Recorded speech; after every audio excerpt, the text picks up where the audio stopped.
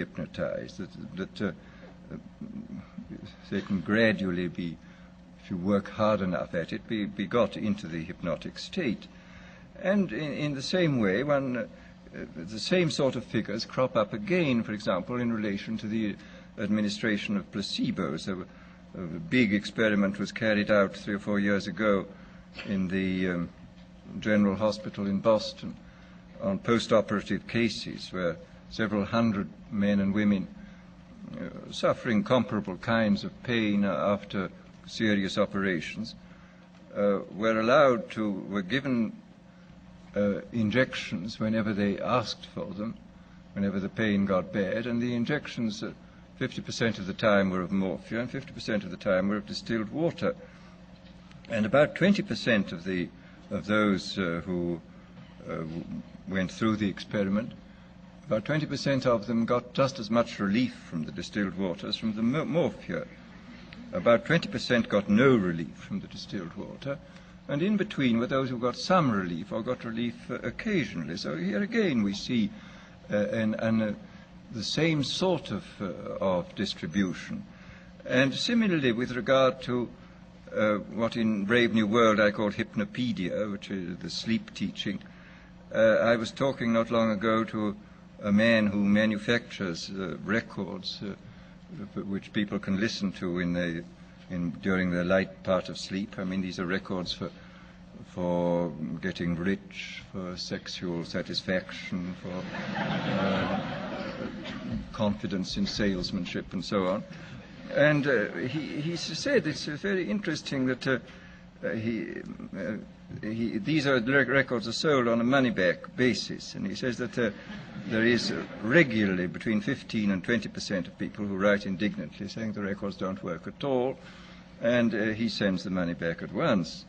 On the other hand, there are over 20% who write enthusiastically, saying they're now much richer, their sexual life is much better, etc., etc. And these, of course, are the dream clients, and they buy more of these records. And then in between are those who complain they're not getting much results, and they have to have letters written to them saying, well, go persist, my dear, go on, and you will get there. And they generally do get results in the long run.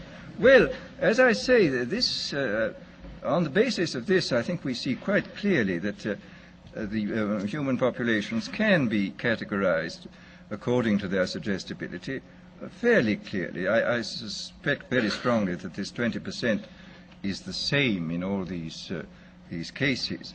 And I suspect also that it would not be at all difficult to recognize in very early childhood who were those who were extremely suggestible, who were those who were extremely unsuggestible, and who were those who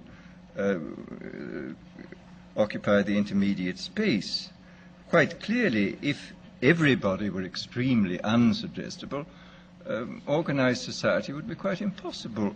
And if everybody were extremely suggestible, then dictatorship would be absolutely inevitable. I mean, it's very fortunate we have people who are moderately suggestible in the majority, and who therefore preserve us from dictatorship, but do permit organized society to be formed. But once given the fact that there are these 20% of highly suggestible people, it becomes quite clear that this is a matter of enormous political importance.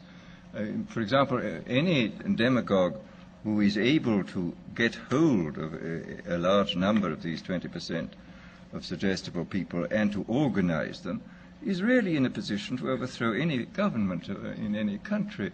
And I mean, I think this, after all, we've had the most incredible example in recent years of what can be done by efficient methods of suggestion and persuasion in the form of Hitler.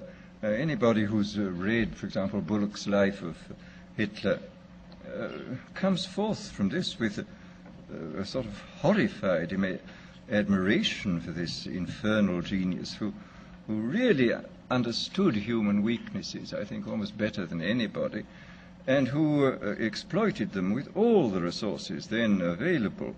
I mean, he knew everything. I mean, for example, he knew intuitively this Pavlovian truth that conditioning installed in a state of stress or fatigue it goes much deeper than conditioning installed at other times. This was why all his big speeches were organized at night. He speaks of this quite frankly, of course, in Mein Kampf. He says this was done solely because people are tired at night and therefore are much less capable of resisting persuasion than they would be during the day.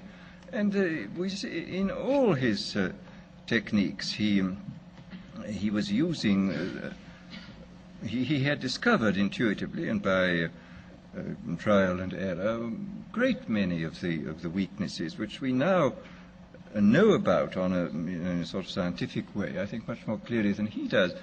But the fact remains that this differential suggestibility, this susceptibility to hypnosis, I do think is something which has to be considered very carefully in relation to any kind of thought about democratic government. I mean, if there are 20% of the people who can really be suggested into believing almost anything, as evidently they can be, then we have to take extremely careful steps to prevent the rise of demagogues who will drive them on into extreme positions and then organize them into very, very dangerous armies, private armies, which may overthrow the government.